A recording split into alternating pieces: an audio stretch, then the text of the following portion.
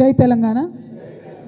అందరికీ నమస్కారం. జాగృతి నాయకులకు, ప్రెస్ మిత్రులకు హృదయపూర్వకంగా ఈరోజు ముచ్చర్ల సత్యనారాయణ గారి జయంతి సందర్భంగా నేను శుభాకాంక్షలు తెలియజేస్తూ ఉన్నా. శుభాకాంక్షలు ఎందుకు అని అనుకోవచ్చు అందరూ.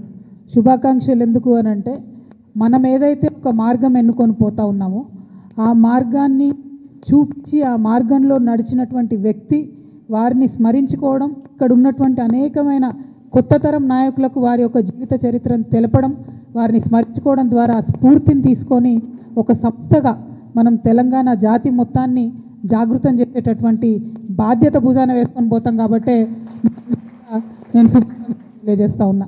మరి తమ్ముడు రంజిత్ కుమార్ గారు ముచ్చర్ల సత్యనారాయణ గారితో కలిసి అక్కడ తనతో పాటు కలిసి చాలా సంవత్సరాలు ఉన్నటువంటి వ్యక్తిగా పర్సనల్గా వారికి ఉండేటటువంటి అనుభూతులు పంచుకోవడానికి ఇక్కడికి మరి వారితో మాట్లాడించడం జరిగింది.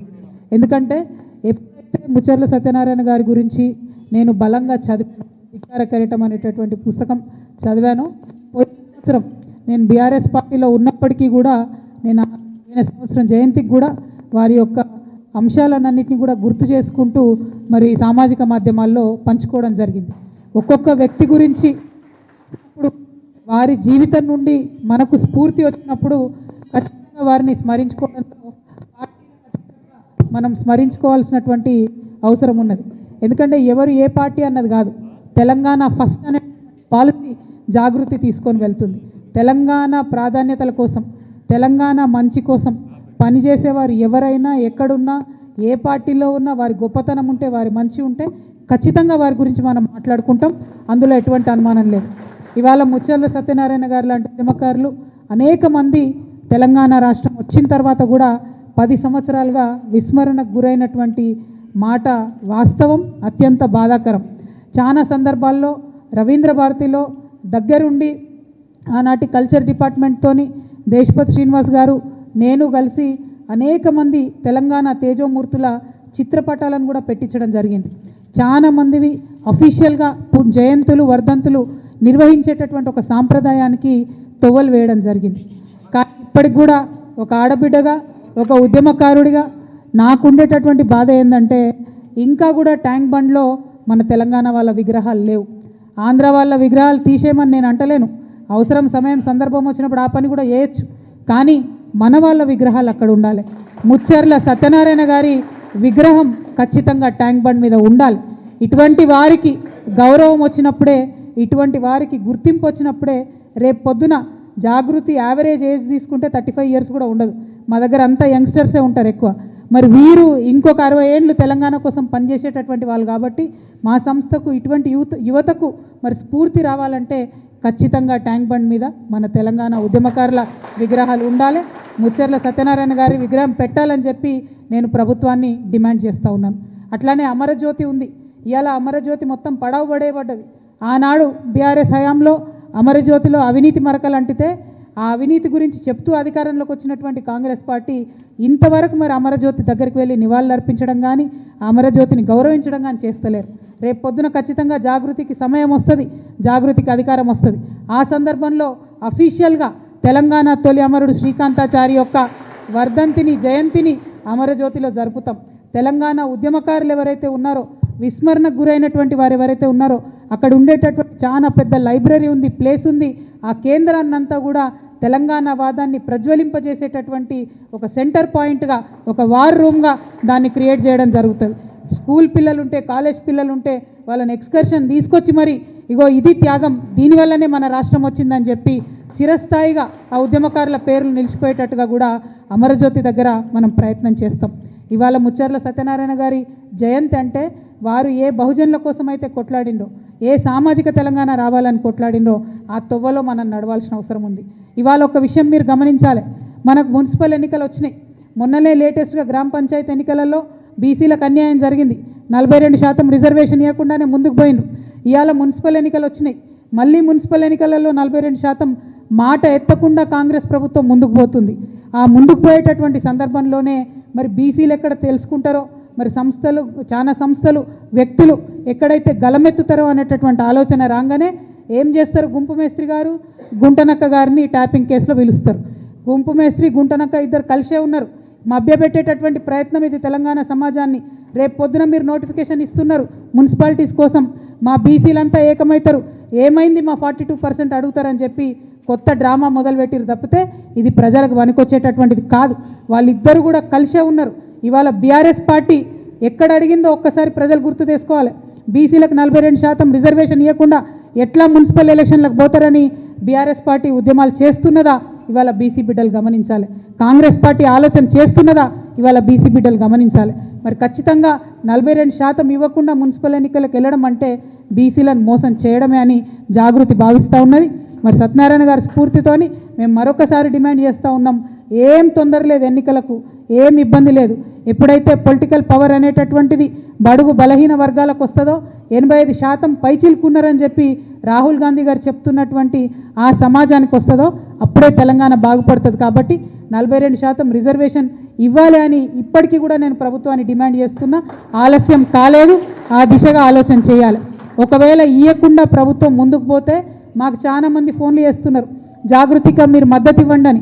మేము ఇంకా ఫుల్ ఫ్లెజ్డ్ పొలిటికల్ పార్టీ కాలేదు, ఎన్నికల్లో పోటీ చేసే పరిస్థితి లేదు. కాకపోతే ఎవరు ఎక్కడ నిలబడ్డా బీసీ ఎస్సీ ఎస్టీ మైనారిటీ ముఖ్యంగా మా ఆడబిడ్డలు మా యువ మిత్రులు ఎక్కడ నిలబడ్డా వారు మా మద్దతు కోరితే తప్పకుండా జాగృతి తరఫున మద్దతు ఇస్తామని నేను ఈ సందర్భంగా తెలియజేస్తా ఉన్నాను. రాష్ట్ర వ్యాప్తంగా అనేక మున్సిపాలిటీస్ నుంచి మాకు ఫోన్స్ వస్తున్నాయి. వారందరికీ ఒకటే మాట చెప్తున్నాం, జనరల్ సీట్ ఉన్నా సరే వెయ్యండి. ఎందుకంటే నేను యువతకి ఇవాళ పిలిపిస్తూ ఉన్నా, మహిళలకి ఇవాళ పిలిపిస్తూ ఉన్నా. మనం రాజకీయాల్లో ఎమ్మెల్యేలుగా ఎదగాలి, ఎంపీలుగా ఎదగాలంటే గ్రామ స్థాయిలో అవకాశం ఉన్న కాడ మొదలు పెట్టండి, మీకు ఎక్స్పీరియన్స్ వస్తుంది. గెలుపు ఓటమి ఇంపార్టెంట్ కాదు, ఎలక్షన్ ప్రాసెస్ ఎట్లా ఉంటుంది, ఎలక్షనీరింగ్ ఎట్లా ఉంటుంది, ప్రజల దగ్గరికి పోయి ఓటు అడిగేటటువంటి విధానం ఎట్లా ఉంటుంది, ఇది మీకు ఒక ట్రైనింగ్ గ్రౌండ్గా, ఒక ప్రిపరేటరీ గ్రౌండ్గా పనికొస్తుంది. కాబట్టి మున్సిపల్ ఎన్నికలు సంపూర్ణంగా మీరు వాడుకోవాలని చెప్పి తెలంగాణ యువతకు, తెలంగాణ మహిళలకు, తెలంగాణ బీసీ బిడ్డలకు నేను పిలుపునిస్తూ ఉన్నాను. మాకెక్కడ వీలైతే అక్కడ మమ్మల్ని ఎవరు అప్రోచ్ అయితే వాళ్లకు మేము మద్దతు ఇస్తాం. అవసరమైన చోట మా కార్యకర్తలు పోతారు, నేను పోతాం, అందరం పోయి ప్రచారం కూడా చేసి మరి యువ మిత్రులను, కరప్షన్ లేనటువంటి వాళ్ళను, కొత్తగా రాజకీయాల్లోకి రావాలనుకునే వాళ్ళను తప్పకుండా ఆహ్వానిస్తామని కూడా ఈ సందర్భంగా నేను తెలియజేస్తూ ఉన్నాను. అదే కాకుండా మీ అందరికీ తెలుసు, మరి ఇందాక నేను చెప్పినట్టు ఏదైతే బీసీల విషయంలో బీఆర్ఎస్ కాంగ్రెస్ కలిసి మభ్యపెడతా ఉన్నారో, నిన్న మొన్న నవ్వొచ్చింది నాకు. కేటీఆర్ గారు పోయి సికింద్రాబాద్ జిల్లా చేయాలని ఉద్యమం చేస్తున్నారు. 10 ఏళ్లలో సికింద్రాబాద్ జిల్లా చేయమని అడిగినటువంటి వాళ్ళందరినీ కూడా అణచివేసి జైళ్లలో వేసి విస్మరించి ఇవాళ మళ్ళా కొత్తగా పోయి సికింద్రాబాద్ జిల్లా చేయాలని కేటీఆర్ గారు మాట్లాడుతూ ఉన్నారు. నేను ఒకటే చెప్తా ఉన్నాను, రేవంత్ రెడ్డి గారు జిల్లాలు పునర్వ్యవస్థీకరణ చేస్తామని చెప్పి మాట్లాడుతున్నారు. కానీ మనందరికీ తెలుసు, జనగణన చేస్తున్నటువంటి కేంద్ర ప్రభుత్వం జిల్లాల పునర్విభజన పైన పాబంది పెట్టింది 2027 వరకు. అయినా సరే రేవంత్ రెడ్డి గారు నేను పునర్విభజన అని మాట్లాడుతున్నారు. అది ఇప్పట్లో కాదు. కానీ జాగృతిగా మేము డిమాండ్ చేస్తూ ఉన్నాం, జిల్లాల పునర్విభజన ఎప్పుడు జరిగినా సికింద్రాబాద్ని ప్రత్యేక జిల్లాగా ఏర్పాటు చేయాలని చెప్పి మేము డిమాండ్ చేస్తూ ఉన్నాం. అట్లానే హుజూరాబాద్లో వరంగల్ దగ్గర ఒక డిమాండ్ ఉంది. పివి నరసింహారావు గారు ఒక్కరు మన తెలంగాణ నుంచి ఎదిగి ప్రధానమంత్రిగా పోయినరు, వారి పేరు పెట్టాలనే డిమాండ్ ఉంది. ఏదో ఒక జిల్లాకు పివి నరసింహారావు గారి పేరు పెట్టాలని కూడా ఈ సందర్భంగా నేను డిమాండ్ చేస్తూ ఉన్నాను. మరి ఇక్కడ ఇంకొక విషయం, బీసీ నాయకులు ముఖ్యంగా బీసీ మేధావులు ఆలోచించాలని నేను కోరుతా ఉన్నాను. మనకు కాంగ్రెస్ ప్రభుత్వం మొన్న జరిగిన కులగణనలో తీరని అన్యాయం చేసింది. బీసీల లెక్క తప్పు చేసి చూపింది, తక్కువగా చేసి చూపింది. మరి ఈ అన్యాయాన్ని సవరించేటటువంటి ఒక సువర్ణ అవకాశం కేంద్ర ప్రభుత్వం చేపడుతున్నటువంటి జనగణన ద్వారా మనందరికి కూడా వచ్చింది. ఈ అవకాశాన్ని మనం ఖచ్చితంగా వాడుకోవాలంటే ఏం చేయాలి? తెలంగాణ జాగృతి ఒక ముందడుగు వేస్తున్నది. మా ప్రయత్నం నచ్చితే బీసీ మేధావులు, నాయకులు, ప్రజలు కలిసి రావాలని నేను కోరుతా ఉన్నాను. కేంద్ర ప్రభుత్వం రేపు చేపట్టబోయేటటువంటి కులగణనలో ఏదైతే కులాల పట్టిక ఉంటుందో ఒక్కొక్క రాష్ట్రంలో ఒక్కొక్క పేరుతో పిలుస్తారు. ఇంకా ఏంటంటే బీసీల సంఖ్య చాలా ఎక్కువ ఉంటుంది. బీసీల ఒక్క కులంలో ఉదాహరణకు పద్మశాలి కులం ఉంటే అందులో చాలా ఉపకులాలు ఉంటాయి. కుట్ర ఎక్కడ జరుగుతుందంటే పద్మశాలీల సంఖ్య వేరే చూపిస్తారు, పద్మశాలీల ఉపకులాల సంఖ్య వేరే చూపిస్తారు. దానివల్ల బీసీల సంఖ్య, కులాల సంఖ్య తగ్గేటటువంటి ఆస్కారం ఉంటుంది. కాబట్టి ఒక అధ్యయనం చేపడుతుంది తెలంగాణ జాగృతి. త్వరలోనే ఒక రౌండ్ టేబుల్ కాన్ఫరెన్స్ కూడా పెట్టి అందరినీ కూడా మేము పిలుస్తాం. ఒక సమగ్రమైనటువంటి నివేదిక తయారు చేసి కేంద్ర ప్రభుత్వానికి కూడా మేము ఇస్తాం. రేపు కేంద్ర ప్రభుత్వం మన రాష్ట్రానికి వచ్చి ఇంటింటికి తిరిగి కులగణన చేసేటటువంటి సందర్భంలో బీసీల సంఖ్య సరిగ్గా రావాలన్నా, అగ్రవర్ణాల్లో ఉన్నటువంటి అనేక ఉపకులాల సంఖ్యలు సరిగ్గా రావాలన్నా, ఎస్సీలలో ఉన్నటువంటి అనేక ఉపకులాల సంఖ్య సరిగ్గా రావాలన్నా, ఎస్టీ ఆదివాసీ తెగలల్లో ముఖ్యంగా ఇప్పటికీ సర్టిఫికెట్ రానటువంటి ఎన్నో తెగలున్నాయి, వాళ్ళ సర్టిఫికెట్లు వాళ్ళ కులాల పేర్లు సరిగ్గా రావాలన్నా, బీసీలలో ఉండే సంచార జాతుల యొక్క కులాల సర్టిఫికెట్లు పేర్లు కరెక్ట్గా రావాలన్నా ఇప్పటి నుండే మనం అధ్యయనం చేయాలి. వాస్తవానికి ఈ పని రాష్ట్ర ప్రభుత్వం చేయాలి, కానీ నాకు గుంపు మేస్త్రి గారి మీద నమ్మకం లేదు. మొన్ననే బీసీలను మోసం చేసిండు, మొన్ననే మన సంఖ్య తక్కువ చేసి చూపించిండు, మొన్ననే మన సంఖ్య తగ్గించాలని చూసిండు. కాబట్టి ఈ అధ్యయనం ఒక బాధ్యతాయుతమైనటువంటి సంస్థగా జాగృతి చేపడుతున్నది. సమగ్రమైనటువంటి నివేదిక తయారు చేసి కేంద్ర ప్రభుత్వానికి ఇవ్వబోతా ఉన్నాం. అందరూ బీసీ పెద్దల్ని కూడా కలుస్తాం, విద్యావంతుల్ని కలుస్తాం, వారిలో ఉండే మేధావి వర్గాన్ని కలుస్తాం. ఏ కులంలో ఏ ఉపకులాలు ఉన్నాయో ఆ పట్టికేందో తీసుకుంటాం, ఏ ఏ పేర్లతో ఉన్నాయో తీసుకుంటాం. దీనికోసం మా వంతుగా ప్రయత్నం చేస్తాం.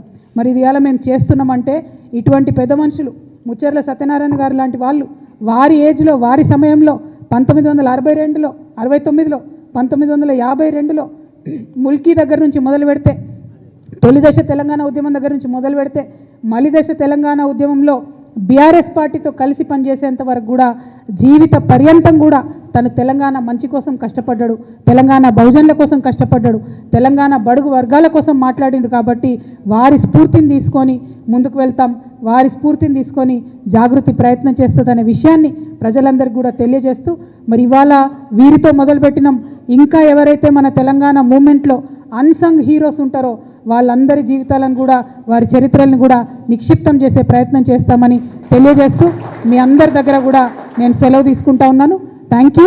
జై తెలంగాణ, జై జాగృతి. కొనసాగిస్తాం అమరవీరుల ఆశయాలను, కొనసాగిస్తాం అమరవీరుల ఆశయాలను, కొనసాగిస్తాం ముచ్చర్ల సత్యనారాయణ గారి ఆశయాలను, కొనసాగిస్తాం ప్రొఫెసర్ జయశంకర్ గారి ఆశయాలను. జై తెలంగాణ, జై జాగృతి. Thank you.